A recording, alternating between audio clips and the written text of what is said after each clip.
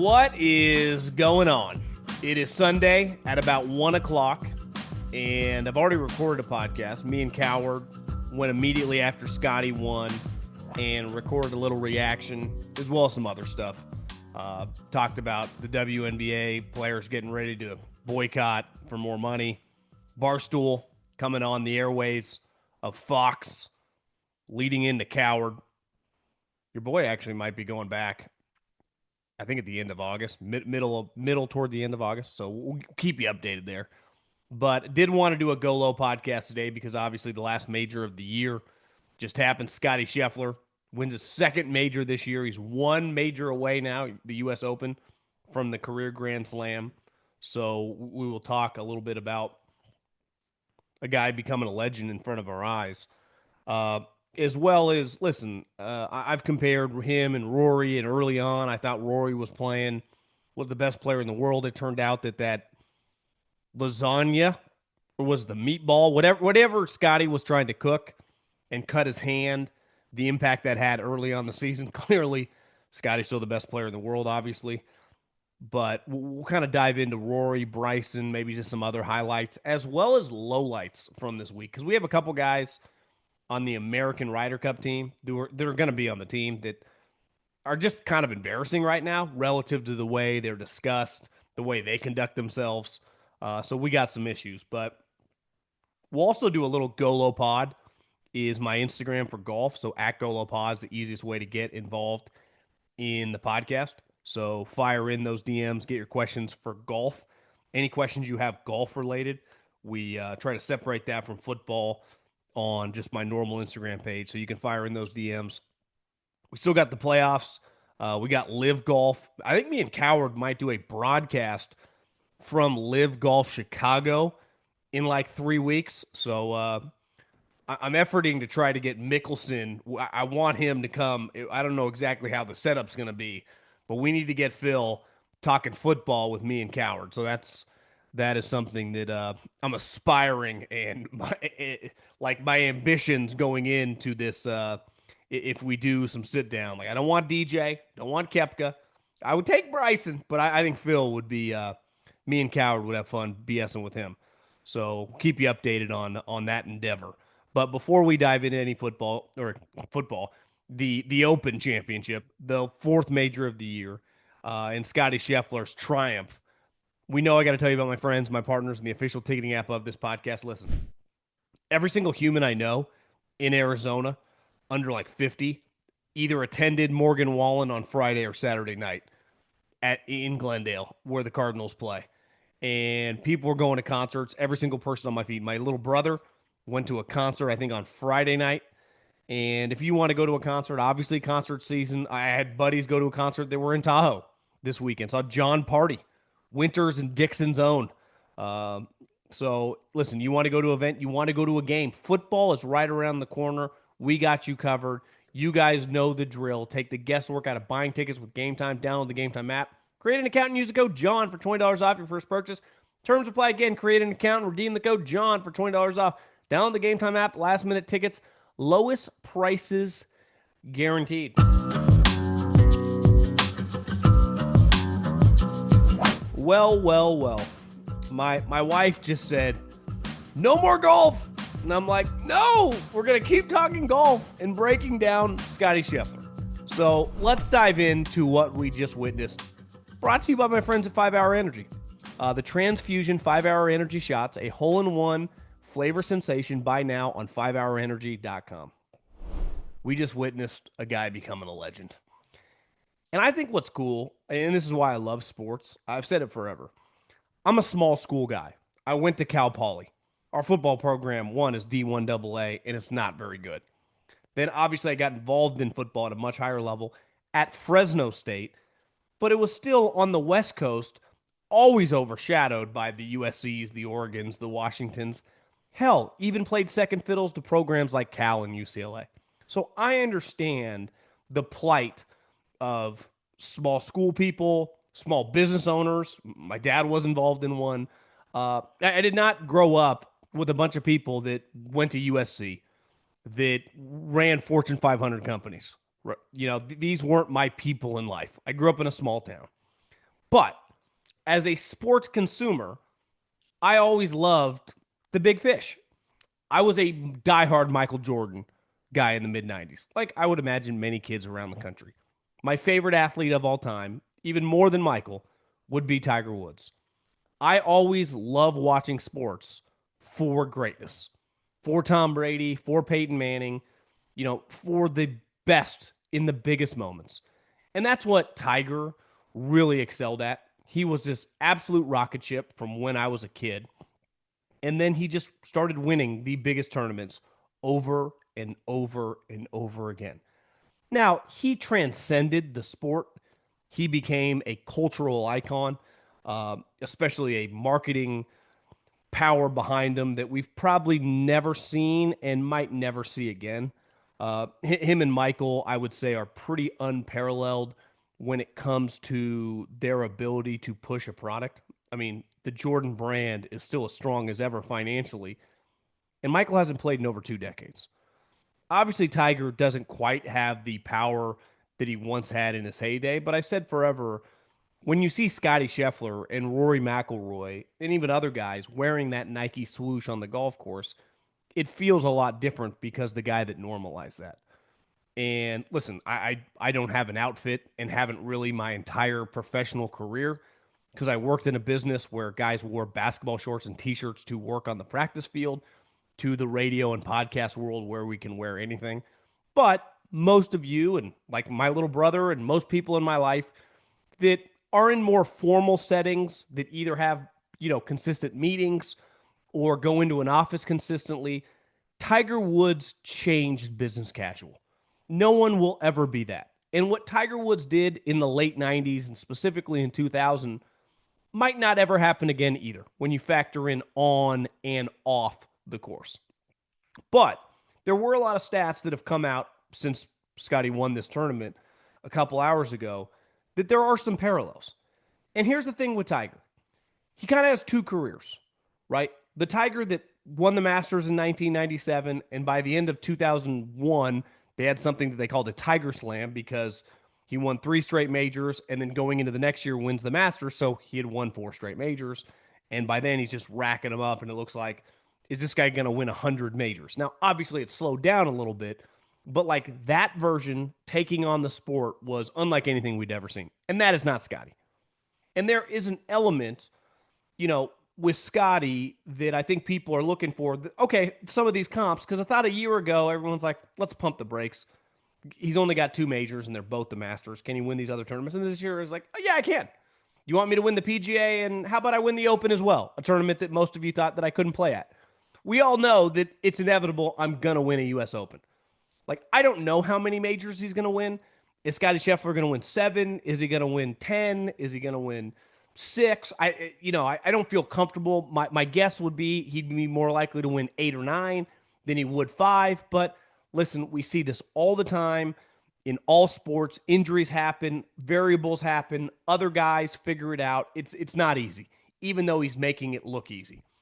But Tiger Woods had multiple careers.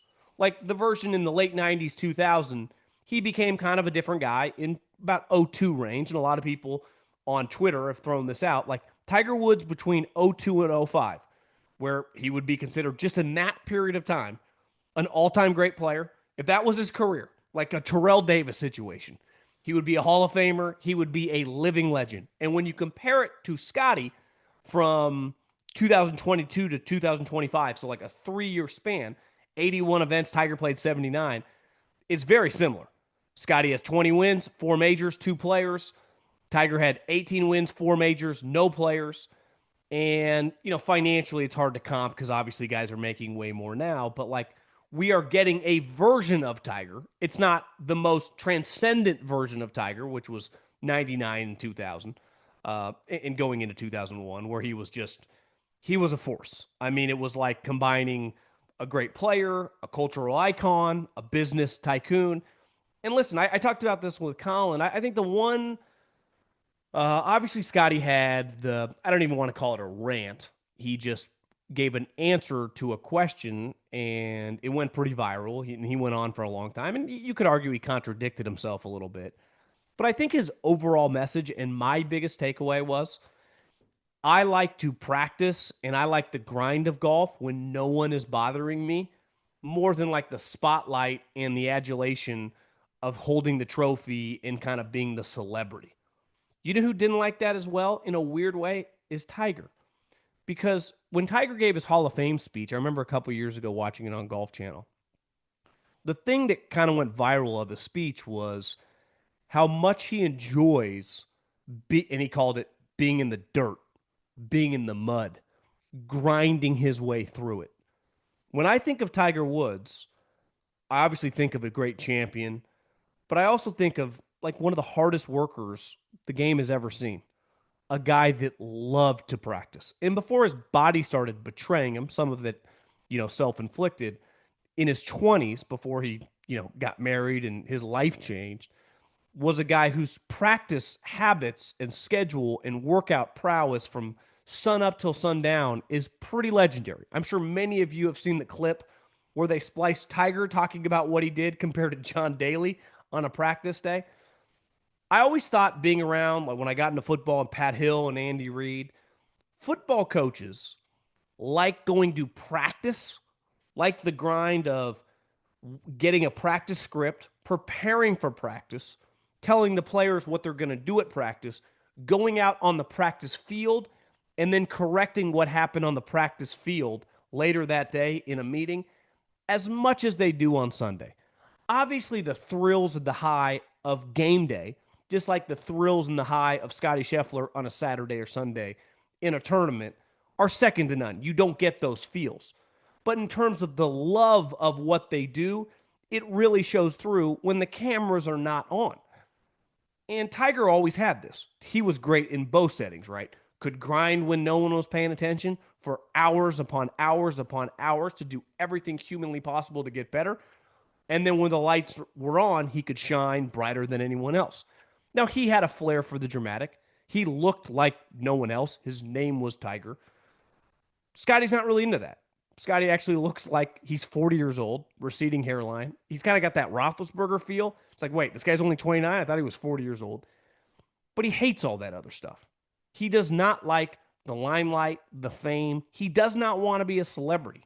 That's not what he's in this to do. Bryson DeChambeau enjoys the celebrity element that has been created around him, which he has helped create. Scottie Scheffler does not. And I think part of what makes Scottie such like a head-scratching great player is he's actually kind of boring to watch. And a lot of people have said this historically. If you go back and watch a lot of Tiger tournaments, especially in his heyday, it wasn't as electric as you believed, right? He was actually pretty boring, especially once he got a lead. He would just strangle you. He was not going to screw up. His floor was so much, obviously their ceilings are the highest, but also their floors were sneaky extremely high because you never thought, like, yeah, he's going to double 14 with a two-shot lead. Wasn't going to happen. He'll like hand me a 5-iron. I'll just hit the fairway. I'll make sure I get a par on this hole, worst case, a bogey. And there's an element of Scotty. Now, the difference is, and I would say that Tiger, Phil, Spieth, and Rory, the four most famous guys of the internet era, by far, were pretty entertaining. And Tiger had this much more Thursday, Friday, Saturday, where at any moment he could blast it anywhere off the tee. Wasn't that accurate? Same thing with Phil. Now, the technology is so much different. Like you watch Tiger before he hurt his leg in like 2018, 2019, he was way less erratic off the tee. Why? Because the technology. If you gave peak Tiger Woods the technology of the day, he wouldn't have been is chaotic off the tee, right? You watch Scotty over the last couple of days, it's not that entertaining because part of Phil or Jordan, what made you captivated by watching them is you thought at any moment they could lose the lead. I mean, Rory, what we witnessed at the Masters, we're never going to see anything like that again. Sunday at the Masters, Rory McIlroy is the craziest fucking golf tournament. Like we have seen other guys melt down or come back right at the last second, but never a guy quite like him. Phil had the meltdowns and then he lost. Tiger never had the meltdowns. Spieth has had the meltdowns and the comebacks. He's had it all. Rory, we've never seen anything like that. And Scottie doesn't give us anything close to that. So we're always like shaking our heads. What are we getting here? And what we're getting here right now is a guy in the peak of his powers who's clearly on a tier above everyone else. I can be, I don't want to say hyperbolic, but very emotional sometimes after an event, like reacting to something. And I did believe when Rory won the Masters, when he factored in that he won Pebble and he won the Players, I'm like, no one is playing better than this guy. And it turns out the reason Scottie was not playing that well, the injury obviously really rattled him, right? And if you had told me that Rory was playing like that and Scottie was just playing like he had played last year, I'd be like, they're the same. But Scottie was not playing that way. Once he figured out his hand, he's fucking dominated. I mean, he's lapped the field. So I am comfortable, which I'm not prisoner of the moment here. I do think like Bryson, he shot 78 and then he shot 16 under the next 3 days. Now, when you're down 28 to nothing at halftime, and then the final score is 40 to 30, if I just told you the final score was 40 to 30, you'd be like, God, I bet that was a pretty entertaining game. But if I told you the halftime score was 28 to nothing, one, the team with a huge lead usually just lets down their guard. And two, the team that is behind by a shitload of points can be like, well, we got nothing to lose. So there is an element to that. Like two things can be true. Bryson is an elite player, and he clearly is one of the top three guys. It goes Scottie, and then the next tier to me is a clear two guys. It's Rory and Bryson. But Bryson's week and Rory's week, which I'm pretty sure, did they finish the same? So they finished one shot difference. Rory finished 10 under, Bryson finished 9 under. It was a little different. I mean, Rory wasn't totally in the mix like the last 27 holes because Scottie had such a big lead, but he was just like in the tournament. When you shoot 78, you kind of loosen up and you start firing at pins. Now, today, like obviously the weather's not going, Bryson was playing really, really well. But like the one thing that's clear, and this is what I'm going to have consistent message going into next year and when the majors come, is like we got a big three. And Scottie's clearly on a tier by himself. And then it's Rory and Scottie. Now, Xander has his moments. He proved a lot last year. The injury obviously slowed down the season, but I'm not putting him on the Bryson and Rory tier. The Rahm thing is a little bit head scratching. I had high hopes for Rahm coming into this tournament. Obviously, he had been in the mix at the PGA earlier this year. I saw someone commented, was like, Middlekauff, Rahm never had a chance to win. Scottie finished minus 11, and Rahm was minus 4 at the PGA. It's like, well, yeah, they were both minus 9 when they were headed to the back 9 on Sunday. And then Rahm obviously melted down the last 4 or 5 holes, and, Scottie hit the accelerator, but, like, that was a fact, right? There was a period of time where you thought with 9 holes to go that Jon Rahm could win it. And a guy that's won multiple majors, clearly one of the best players in the world, like, I want to put him in that tier. And then you watch weekends like this, it's hard to. Now, I would put Rahm right under that next tier, like if we were doing like quarterback rankings. But I do think that there is a gap. Now, sizable, like I think Rory and Bryson are better than everyone else. But like if they're all on, and here's the scary thing with Scottie, which is somewhat like Tiger. If Tiger had his A game, he was beating everyone. It didn't matter if you had your A plus game, you had no chance to beat him. If Scottie has his A game, he's beating every single person. But what's scary about Scottie, and this is what Tiger had, and Rory has this in events when Scottie's either way off or maybe not even there. If I play my B game, depending that week, especially in a major, most people are not going to be quote unquote their A game. Most people are going to be at best like a B plus. I'm beating you. So my B game, my B minus game is so much better than like 95% of the field. It's going to take a handful of guys, Rory, Bryson, Xander, Rahm, to have their A minus A game to beat me. And based on the way golf works, that doesn't usually happen, especially at the majors. Look at Bryson. He had his A game, A plus game, Friday and Sunday. He had like his F game on Thursday, and he lost the tournament. Now, if it's easy to go, well, if Bryson had shot even par on Thursday, well, if he had, does he shoot 16 under the next 3 days? Does he play as loose as he did? Maybe, but probably not. I would bet again. Now, if you told me Bryson shot even par the way the weather broke out, he could have been right there. Because Rory had moments where you're like, God, he's a He's a putt or two away from being a couple shots back. And then, unlike Scottie, Rory's superpower and what he does best is like, what does Lamar Jackson do best? Well, he's a dynamic athlete. Like at any moment, he can run, but he's also such a threat to pass. Like you don't know what's coming. But his athleticism is unlike anything we've ever seen. And it's made him a legendary Hall of Fame talent, right? Rory's Hall of Fame talent, his true ability, is his driver when it's on is unstoppable.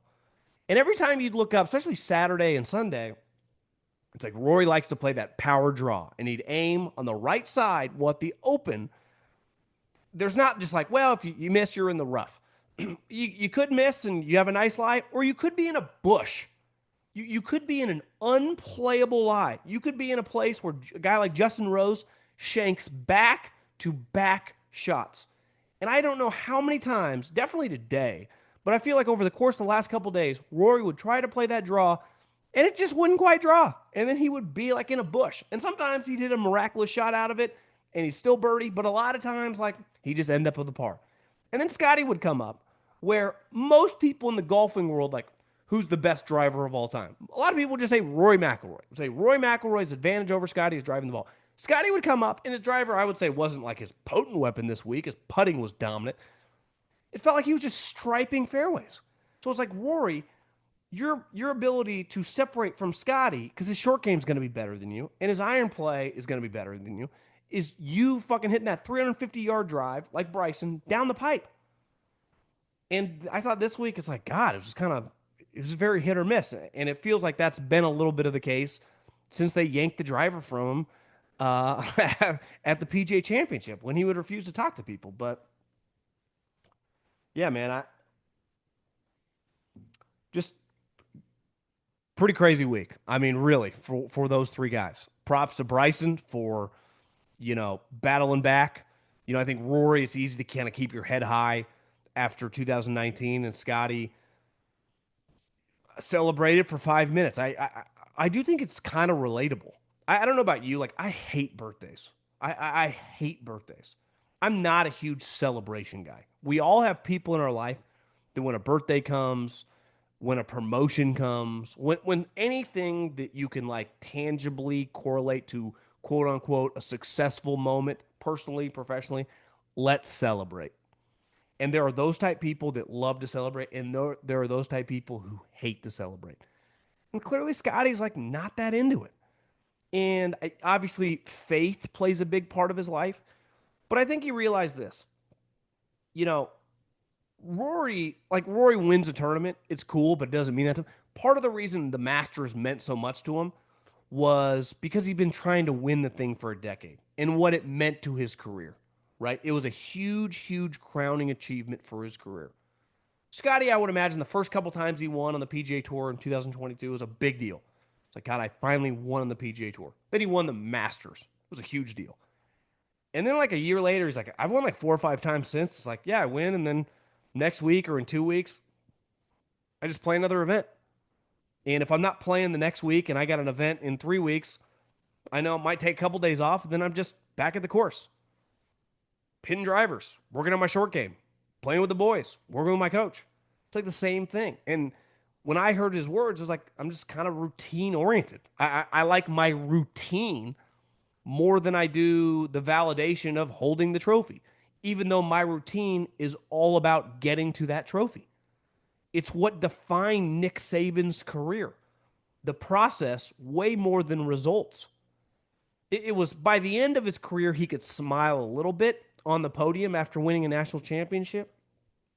But you always watched Nick Saban and went, I felt like he liked February to December more than he liked the final result of the playoff game and winning it or losing it. Right? And I was always told this, Nick Saban was way better in the locker room after a loss than after a win. He was in a good mood after a loss because he knew he had to be. After win, he was kind of miserable. And football coaches often are like that. I always think it's so funny. On Sunday Night Football or Monday Night Football, whoever, the Green Bay Packers are playing the Minnesota Vikings. It's going to happen on week 1, right? Chargers, Chiefs. Who are the Eagles playing? Eagles, Cowboys? Whatever the games are. I got to get dialed into football here. But whoever wins those week one games, interview Jalen Hurts. They win last second field goal. And Jake Elliott or Jalen Hurts is coming, whoever the sideline reporter is. He's like, it was a great win, very excited. But, we celebrate this for 12, 24 hours and then get right to the New York Giants. If the Chargers beat the Chiefs week one in Brazil, they'll be like, awesome win. It was a great offseason, but now we gotta stay focused for the Denver Broncos. That is how they all talk, coaches and players, right? And I think the best players in golf have always kind of been like that.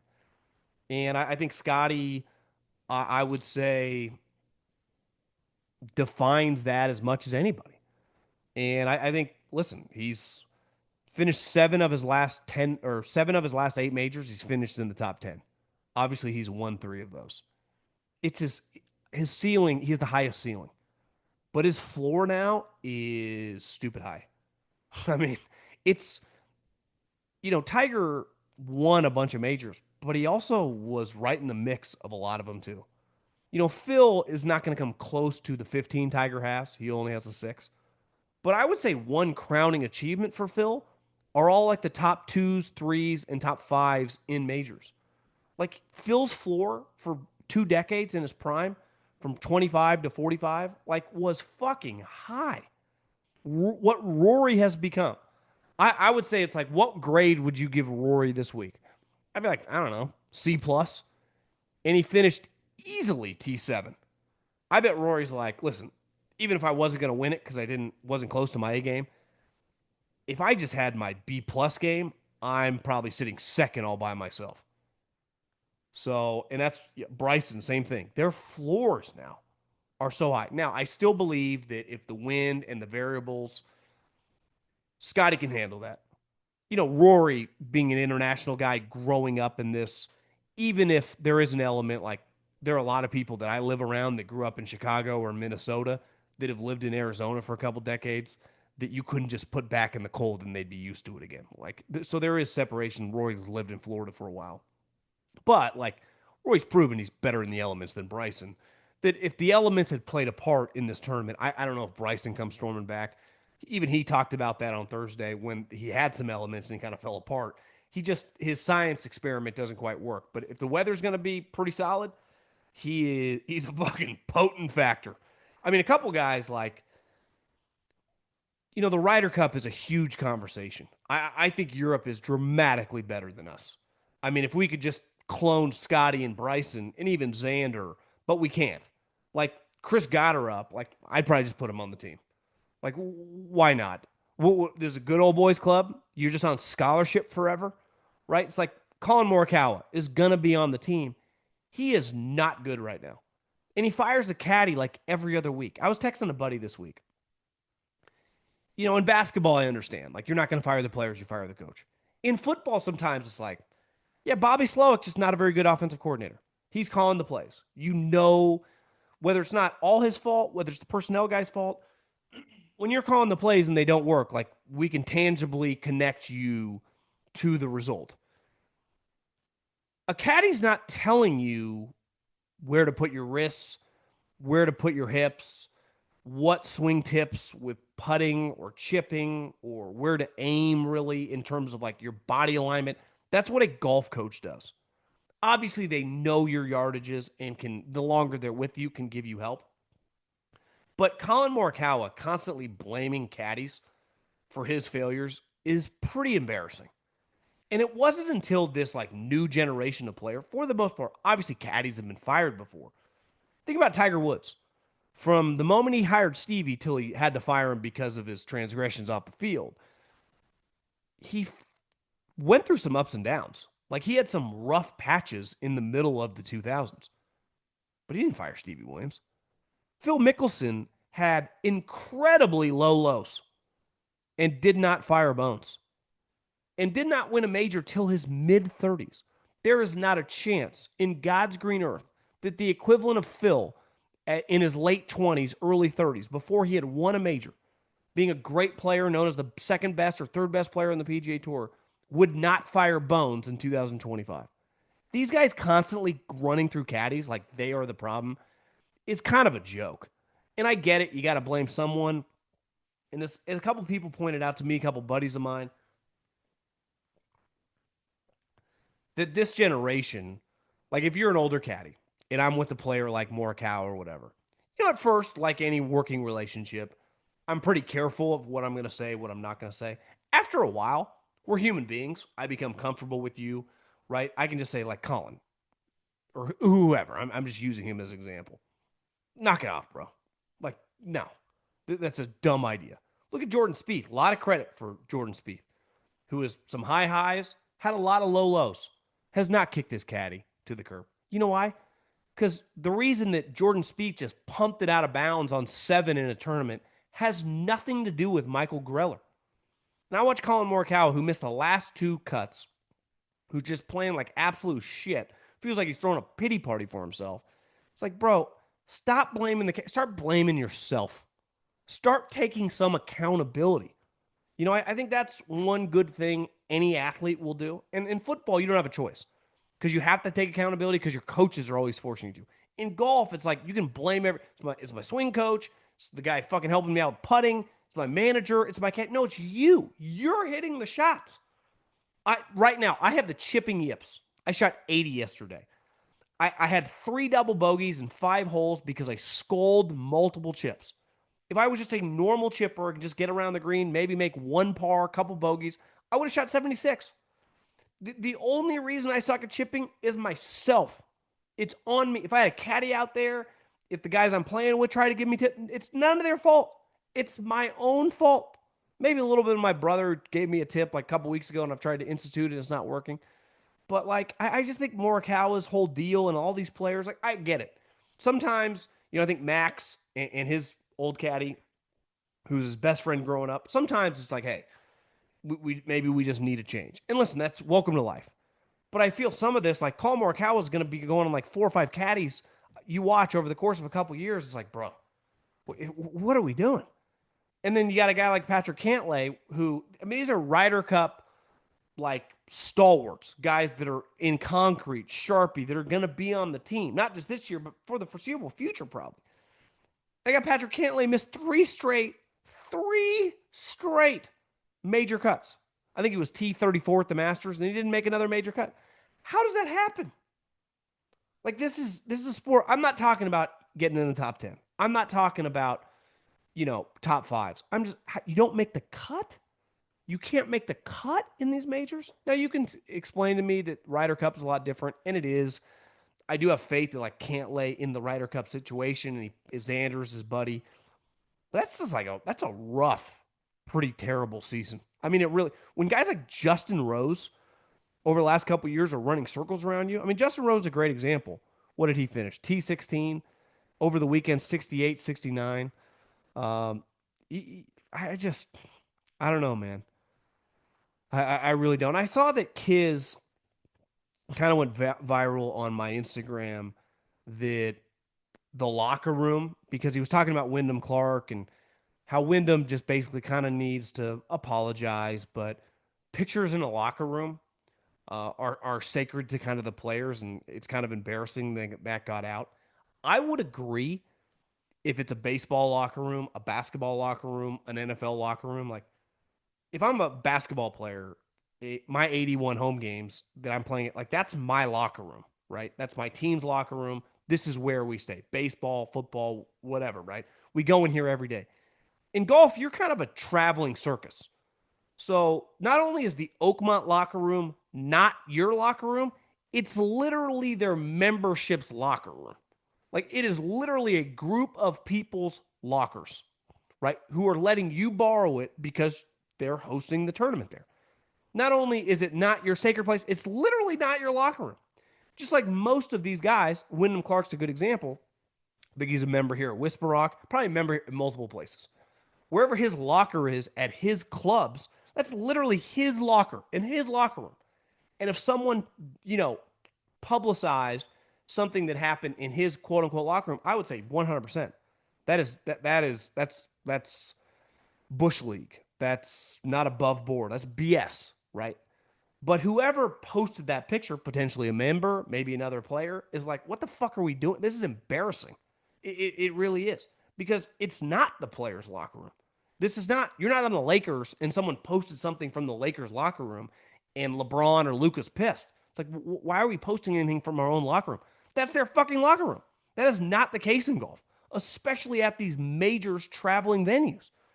And my guess is, Tron Carter of No Laying Up, who I am a huge fan of, who posted it, probably got that picture from multiple people because they're like, this is not acceptable. We want this out there because if you're a member, it's like, you're probably not going to post it, but you 100% use the media. Get this out of here. This is our locker room. And if I've been a member there for 20, 30 years at one of the most historic courses in America, and you got this guy beating down the locker room, it'd be one thing, too, if it was like Tiger or Phil, some all-time great. It's like, no, bro, this is not going to fly. This is not okay. It's not acceptable. It really isn't. And then the next week, he goes, time to move on. I'm ready to move on. No, you don't dictate that, Now, I also think it was kind of stupid. Part of the story was Oakmont wants Wyndham Clark to go to anger management. Like, if I was Wyndham Clark, I'd say kiss my ass. But I also don't think that any of the players can support him going, this shouldn't get out. Like, no, this isn't yours, right? If I rent an Airbnb or I go into someone else's home or someone else's warehouse or someone else's business and fuck it up, even if I'm doing business there for a period of time or pay you for your services, it's not mine. So I can't be mad when that gets out. And that's, I think what happened here. So anyone trying to defend those actions, which is crazy or sad, Wyndham had a pretty good week. I mean, he went nuts on the weekend. He kind of pulled a Bryson. Shot 76. The next 3 days, 66, 66, 65. Him and Bryson are good examples. Now, Bryson's a better player than Wyndham, but that course, if you could bomb it and control yourself off the tee, when the weather was pretty benign, you could dominate it. You really could. And I think if you remove Scottie, and I wrote this down, I respect how difficult Oakmont is, right? Because anytime you see these guys struggling to get pars, not just on one individual hole, I'm talking about shooting par, a lot of respect. It's clear what these guys do to tournaments. But, and I get it, it only happens once every 6 or 7 years.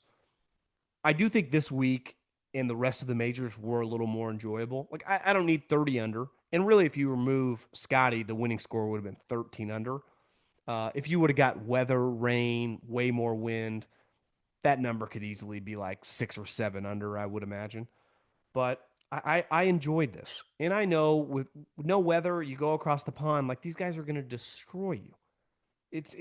They would do that to most courses. Oakmont is a complete outlier, but I'll always enjoy the Masters the most. Most people will. It's the most popular golf tournament of the year, but I really enjoyed that, and I've enjoyed the last 2 weeks. Even watching Goddard win last week, it is fun to watch guys playing in environments that don't look like what we're used to seeing. That was brought to you by 5 Hour Energy Transfusion Flavor. Can't wait to drink one of these. Your golf bag's secret to turning 18 holes into 36. Stock up for your next round at 5hourenergy.com. God, I'm fired up. The British Open is here. The biggest names in golf teeing it up across the pond to chase history, the game's original major. Want to make some cash while watching people play golf? You can by betting on the action at Royal Portrush with DraftKings Sportsbook. From the opening round through Championship Sunday, DraftKings Sportsbook has you covered with live betting, player props, and so much more. If you've never bet on golf before, it's easier than you think. Just pick something simple like a golfer to win the tournament. Rory McIlroy. Can he win his second major of the year? This is where he grew up. Last time it did not go well. He missed the cut. I do think Rory's going to be a major factor. Jon Rahm playing really well. Scottie Scheffler. Can he finally break through? You can also bet top 10s, top 20s, parlay them together. Does not get any easier. Here's something special for first-timers. New DraftKings customers. Bet $5 to get $150 in bonus bets instantly. Download the DraftKings Sportsbook app now and use the code JOHN. That's code JOHN for new customers to get $150 in bonus bets instantly when you bet just $5. Only on DraftKings. The crown is yours. Okay, let's bang out some questions here. At Golopod, Instagram, fire into those DMs. We actually got a bunch. There's a lot of debate over the last few days on where Scottie ranks as an all-time golfer. I've seen a decent amount of pushback from people saying he's not a top 20 player. Yet, how guys like Phil Brooks, DJ Rory, and Spieth are better. I think he has a bit to catch up to Phil, but to me, he's clearly better than all those guys. Where would you rank him all time? Well, I think when you're talking all time golfers, it's you'd have to get like Brandel Chambly to break down the Ben Hogans, the Kerry Middlekauffs. Even I never watched Arnold Palmer or Jack Nicklaus play golf. Obviously, those guys are on the Mount Rushmore and just cemented into the top 10-ish, 20-ish conversation. Some of the Johnny Miller's, Lee Trevino, right? But when you talk about in my lifetime, and I would say post like Greg Norman, Nick Faldo. And most would consider Nick Faldo probably top 20, 25 player. Greg Norman's one of the all-time great talents, but left a little something to be desired. He's a polarizing player. But I would say of the internet era, the Tiger and Phil era, Tiger is clearly the best player. And then I think you get into this world of like Phil and Rory. What Rory's doing now in his mid 30s, still playing at a really high level, won 3 times this year, just, finished second last week, top 10 this week. He's been incredible in majors the last several years. To me, is separated. Spieth has kind of been a non factor now for a while. DJ only won 2 majors, even though he won a golf tournament, I think, for 10 straight years. And I'm pretty sure, does he have 25 wins? He has a lot of wins. But Dustin Johnson also is now 41 years old.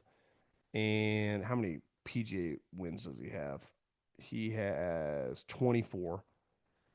So I would put Scottie Scheffler above DJ, above Jordan Spieth. I would put him, part of Rory is like his greatness has been for a long, long time.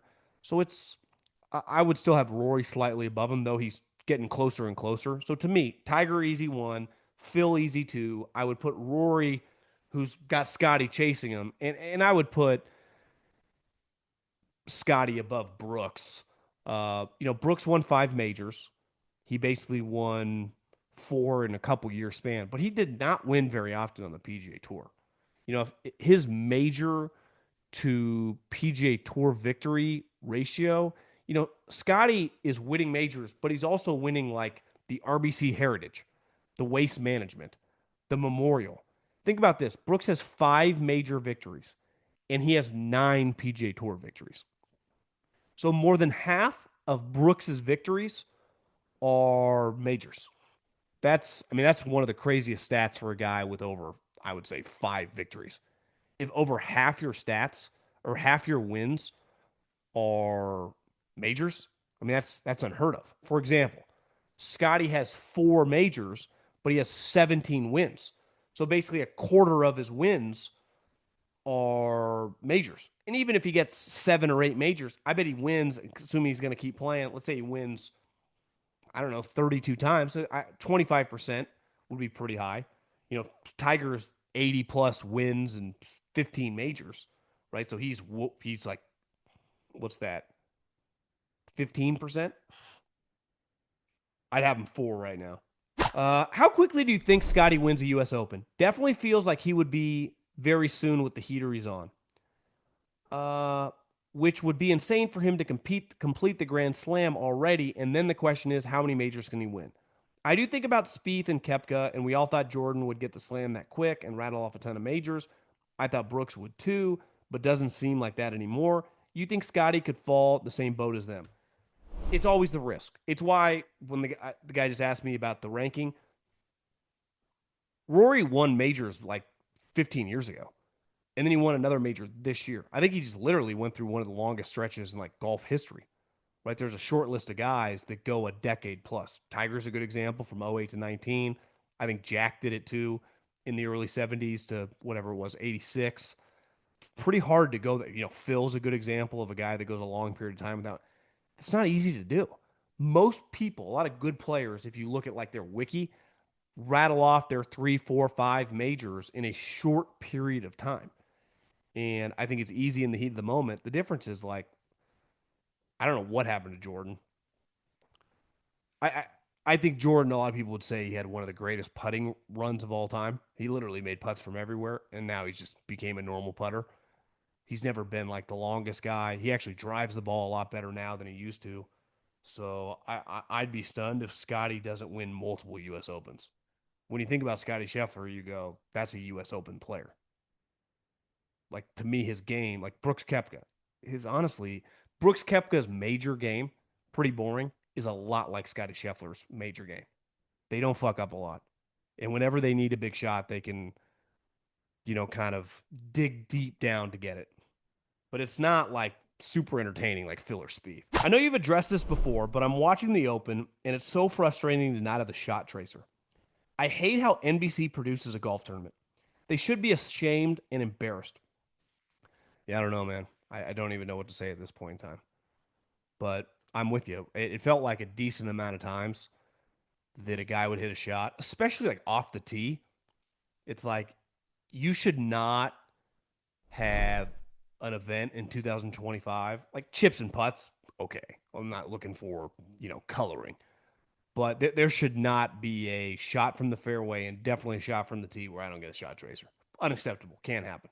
And I understand there is some technical error potential for the little ball. Maybe you miss it, but I don't know what the percentage was, but it was not even close to 100%. So their coverage. I think sometimes in life, when you're lost, right, in any industry, you start, listen, you got to, sometimes your back's against the wall. You got to create some ideas. I think sometimes the best advice is just let's simplify everything. Let's not, because I think it's easy to overcomplicate things. And I think sometimes simplicity works, right? When you're watching a football game, Buck and Aikman, two guys. Hell, when you're watching CBS call a golf tournament, it's Immelman and Jim Nance, right? In the big moments. Like, I don't need much going on here. And I like Kevin Kisner a lot. But they got him, Faxon. I mean, last year they had Chambly. They got so many people involved. It's like, guys, we need to take a deep breath and relax a little bit here. It's not, I've always been a proponent, and maybe it's just because I'm biased. Like, you don't need the super famous guy. I remember Fox got the U.S. Open in 2015. I thought they did Joe Buck took a lot of shit. I thought Joe Buck was fine. I thought it was Shane Bacon and Joe Klatt. I thought it was cool. But they hired Greg Norman. They hired Greg Norman to be, the Trevor Immelman or the analyst. And Dustin Johnson on hole 18 to win the U.S. Open. I remember he blows it way by his eagle putt, and he has his birdie putt to force a playoff. And Greg Norman just goes silent. It's like Greg Norman choked again. And I understand it's not sometimes you just hiring a famous person, and so many TV executives, just like historically radio executives, think fame matters. We see it on the podcast business, like, oh, the Kardashians, the Obamas. It's like, guys, no one's listening to these shows. I mean, this is not just because you have a famous name doesn't people gonna you don't. It's about talent, not just a name brand. Meghan Markle. It's like, fuck. You gave her $20 million to do 3 shows that nobody listened to. Great business move. I could have told you that thing was gonna fail. Give me someone talented. People will listen. Promote them. And I just think sometimes in sports that I don't know what's going on. The broadcast is bad. It just doesn't. They're just lost. And I think Bones is elite. You'd be better off with just Dan Hicks and Bones calling the golf. Can I tell you about my friends at Mando? Here's the thing. Summer is upon us. Where I live, I think it's 110 degrees today. And I'm a sweater.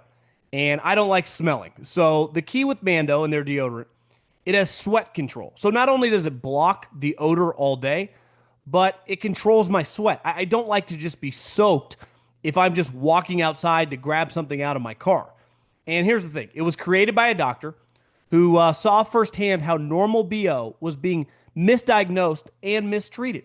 So all the products, they're baking soda free, and you can choose from a variety of fresh scents like bourbon leather, Clover Woods, Mount Fuji is the one I use, or just the go-to Pro Sport. Want to try America's #1 whole body deodorant formula right now? You can find them in Walmart, Target, and other retailers around the country. Mando Starter Pack is perfect for new customers. It comes with a solid starter deodorant, cream tube deodorant, two free products of your choice, like Mini Mando body wash or deodorant wipes, love those, and free shipping. As a special offer for listeners, new customers get 20% off site wide with our exclusive code. Use the code JOHN, that's JOHN, at shopmando.com. That's shopmando.com for 20% off site wide plus free shipping. shopmando.com. Please support our show. Tell them we sent you. Mando's got you covered. Protect your pits, baby. Smell great doing it. A guy I was playing with once told me to never hit a straight shot and that it's nearly impossible to do it time after time. Instead, to always play a fade or a draw. This has helped me be more consistent. But do you think that's true? I think Jack Nicklaus's famous kind of motto in golf is, and this is for the highest level, but like if you're a fader or a drawer, too often in tournaments, when the shot calls for the opposite, a guy will try to play the shot that he's not comfortable with. It's like if you play a cut on every shot. Worst case scenario, you can't get close to the pin, play to the middle of the green. And for my game, I just play a cut. Every once in a while, I did it yesterday kind of for fun because the wind was pumping. I played a draw off the tee, and it's really hard for me. I just cocked my shoulders, cocked my feet, and aimed the club down the middle, and it kind of worked. And it was a bomb. I mean, it went like 320 yards. But it's not something that I can rely on. It's not a shot shape, swing kind of feel that I like. I'm a cut guy. And sometimes I get bored with that and I try and I always do worse. And I just try to play. When I play my best golf, I have one shot shape, and I'm a 3-4 handicap. But I think when you look at the tour, most guys, Scottie Scheffler is a cut guy. He plays a fade. Now he's so great when he has to, he can draw the ball. But him, Rory, forever draw, draw, draw. Now I think to be a great player, you got to have the cut. So he's kind of instituted that. But I think the best players historically, Lee Trevino only played a cut. It's the only shot he could hit. Well, actually, why he never played great at the Masters, because you kind of have to hit a draw as a right-handed player. But I do think I can't hit a straight shot. I mean, sometimes obviously it goes straight. I don't mean it to, but I don't even know how. I would love to hit a straight shot, but I do agree with the guy. Some people just, with technology, whatever your shot is, like your natural shot, just obviously some days are different than others, but over the course of your years playing golf, you're going to have a tendency one way or the other. Just play that shot. That will give you the best chance to be good. Because let's face it, the way to be good is hit fairways and greens. Whether you're a 10 handicap or a scratch golfer, if I tell you you're in the fairway more often than not, that if you're in the fairway way more than you're in the trees, and you're on the green way more than you're in the bunker, you're just going to shoot better and take your buddy's money. I mean, that's just a fact. I'm curious your thoughts on Horvat not being allowed to film at the Barrucuda. The consensus online seems to be that the tour messed up. If this is 100% the tour's decision, then I would probably agree. However, I would assume that the tour can't let Grant film due to their contracts with the other media. I don't think this is that complicated. They invited Grant to play because this was a tournament that, one, is overshadowed by a major, and two, has little to no star power in the field. So typically, I looked at the leaderboard yesterday. A lot of names that casual golf fans, I'm talking golf fans, are not going to recognize and just are not going to watch. Last night I had a few cocktails after we played, and it was on in the background. It's a cool looking course. I've played it before, Old Greenwood and Truckee, but this is not a normal PGA Tour event. I mean, it's technically an opposite field event, but this is not some breadwinner for the business of the tour. So they invited Horvat. Now, Horvat is not aspiring to play on the PGA Tour, right? That's not his end goal. He's in the business of shooting YouTube videos where he controls the content, he controls the advertisers, and he controls the business. And he partners with Phil and other PGA Tour pros to play. His business model is completely different from the PGA Tour's business model. Just like my business model is different from radio's business model. Like we all have different business models. But if I don't aspire to do something and someone asks me where other people think it's going to be really cool, and even if I thought it'd be kind of cool too, if I have other stuff going on and you won't play by my rules, it's easy for me to say no. Even if I know, like, they're probably going to say no. I just want to hear them say no. Grant, because he's such good buddies with Wesley Bryan, who's also a YouTuber, but a PGA Tour player, a guy who's won on the tour, understands both sides. He knows what works on YouTube, and he has a very good understanding. Hell, he's technically suspended right now of the way they operate in terms of their regulations. So I don't think Grant ever thought he was going to play in this event because he knew with his ask they were going to say no. He 100, maybe there was a slight chance, hey, maybe they break the rules for us. They were never going to allow him film.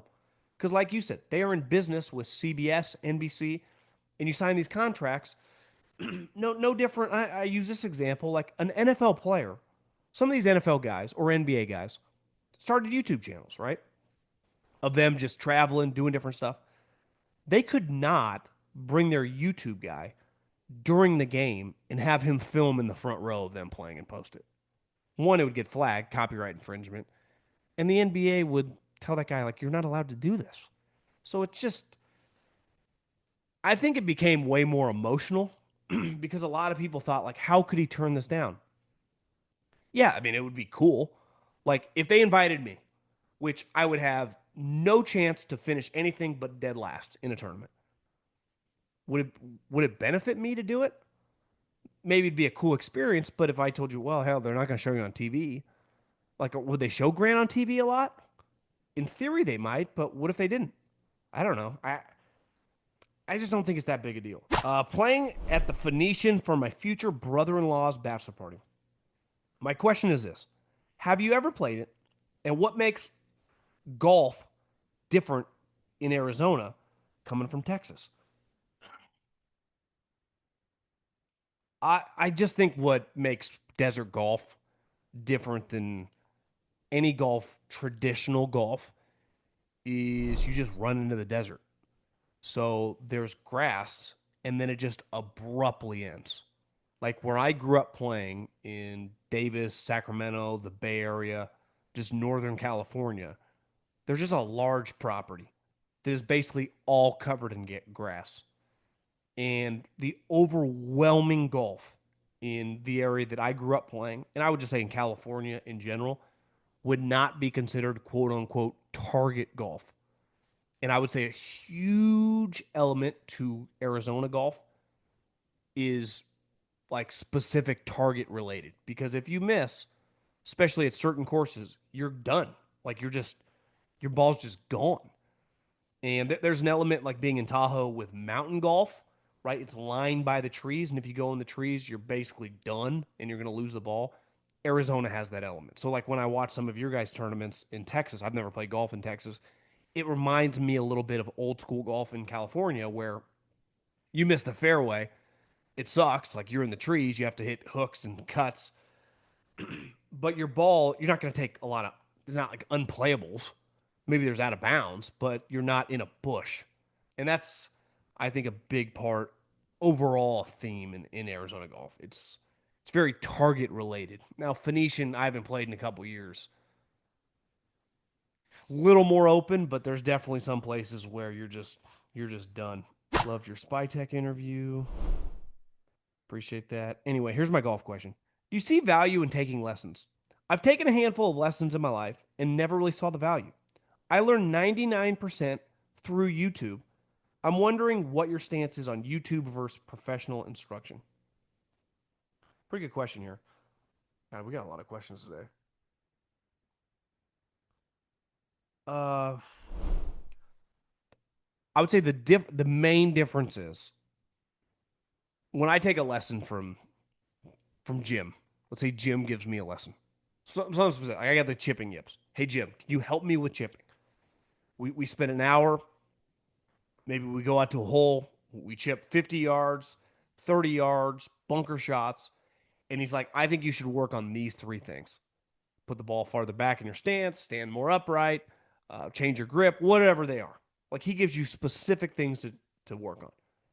And maybe one of those three things are wrong, but the other two things can really help you out. And just one specific thought to help you. I'm like you, I watch a lot of YouTube instruction, no different than Instagram instruction. If I go to that and I typed this in last night, chipping, chipping videos, right? Chipping lessons. Well, everyone's different. So he's giving a lesson on YouTube to Will, to James, to Julie. Well, her issues might not be my issues. So I might be able to find something that can help me on YouTube or Instagram, right? Whether it's Rocco Mediat or Podrick Harrington giving tips, but maybe that tip doesn't relate to me. So I start looking at that tip and start using that tip, and then it fucks me up even more. Now, sometimes it helps. So it's risky. Now, not every instructor is the same. Some are clearly better than others, but I think it's easier to go down a rabbit hole in online and confuse yourself more. Now, if it's one specific thing, when I was like, I think my grips, I think I got too big of grips. And I YouTubed it and I watched a couple people and like 100%. So I just got different grips. I got thinner grips. It's easier for me to grip my club, and I've played a lot better since. And I do think it made a big difference. But I think if I just like my chipping yips, I watched like 10 videos. No, I had a few transfusions and a couple Coors Lights, but I don't think it helped me. And I still feel lost. Have you ever played Orange Tree in Scottsdale? I have not. On a separate note, being from Iowa, do you have any idea how different courses in Arizona play? Does the ball carry as far? Are the greens fast, slow? The ball carries farther in Arizona, especially, I mean, in the winter, if it gets a little chilly, obviously it doesn't fly as far. But in the summer, it definitely flies a little farther in Arizona. I mean, think about spring training, guys hit home runs. Obviously, just, it varies course to course in terms of green speeds. One thing that happens in Arizona and it happens in Vegas, it just happens in place with extreme heat. It does not happen in California. Is they have to change out the grass, right? Like most courses aerate a green during during the year. So there's going to be a point in time in the year where they basically aerate the green, right? For those of you, plug the holes or poke the holes and just you can play it, but it's like a joke. It should be automatic two putts. In Arizona, they shut down courses for a month in the summer and they basically change out the grass.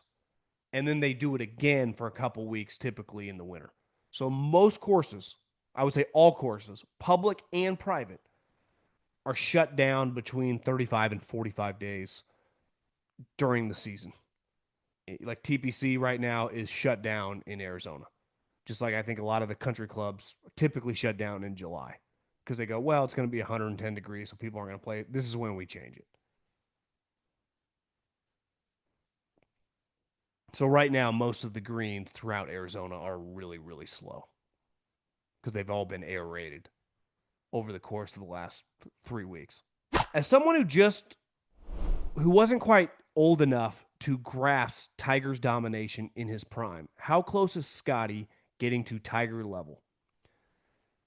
Yeah, I mean, I think it's hard to compare.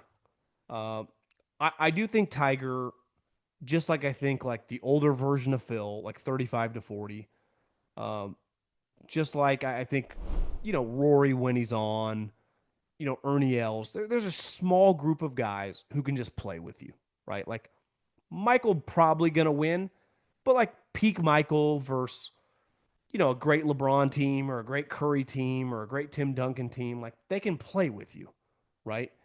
And that's where I think in golf, like I would give advantage to Tiger in a big tournament up against anyone I watched. But if you told me that like we're playing Augusta tomorrow and Phil has his A game, Rory has his A game, Spieth in his prime has his A game, Kepka has his A game, Ernie Els has his A. Ernie's a bad example. He didn't play well at the Masters, but those guys can play, go toe to toe with them. But overall, the body of work, yeah, I mean, I don't think you can really compare them. 9 of the top 15 at the Open are American. 9 of the top 15 at the U.S. Open are also American. 12 of the top 20 at the Masters. Any long shots or guys from the OG Ryder Cups you can see squeaking in if they finish the season outside of the top 12?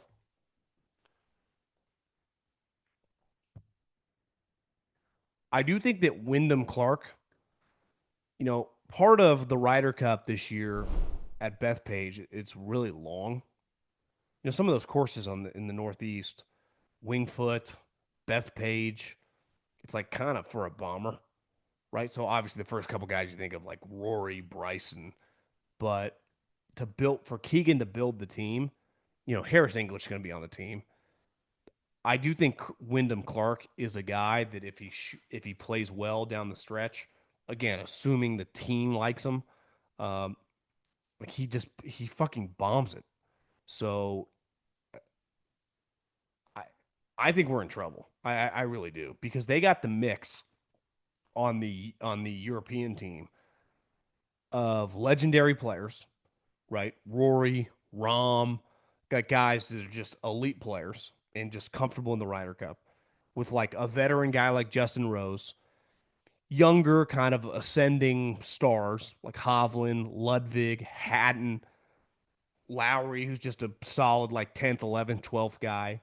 These Hoygaard twins, when I was at the Waste Management earlier this year, we watched a couple groups tee off on one. I think Hoygaard was in Spieth's group, one of them. It was Rasmus. It was one of the two of them. They actually both. One of them finished like 12th at the Waste Management. The other was like 20th. They both played well that week. I remember looking at them. I mean, they're identical twins, and thinking this guy's fucking big. It's like 6'2", looks like 210. Guys look like blue chip golfers, like just big, well built. Like our team, it's like Harris English, Russell Henley.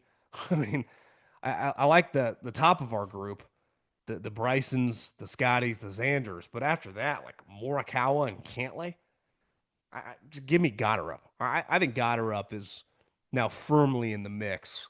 And I mean, I still got a couple weeks left of the season to kind of make a run here, but with how far he hit a couple drives today. I give him a lot of credit. Clearly, he's comfortable on European soil. He hits like this low cut, and even off the when he hit it, he kind of was like, oh man, it flew this bunker. It had to go like 370 yards. It's like this guy's got. He just looks kind of like a chubbier Kepka. Just looks like a guy with power. So I don't know. I mean, I Keegan said it. I think last week or 2 weeks ago. Just because you're seventh, like if you're in the top six on points, you auto qualify. He's like, just if you're seventh or eighth, you are not guaranteed anything. So I think everything's going to be on the table with him picking players. I think if you're Keegan, it's weird. You're the captain, so there's pressure on you to win it, home soil. I think this is a good of time as any to just throw a couple curveballs. Like, what are you just going to bring? Jordan Spieth just because? I don't know. Scotty's on a different level right now. The only player who seems to be close at times is Rory. Also, had he not been arrested or had the ravioli incident, he could be at more tour and major wins.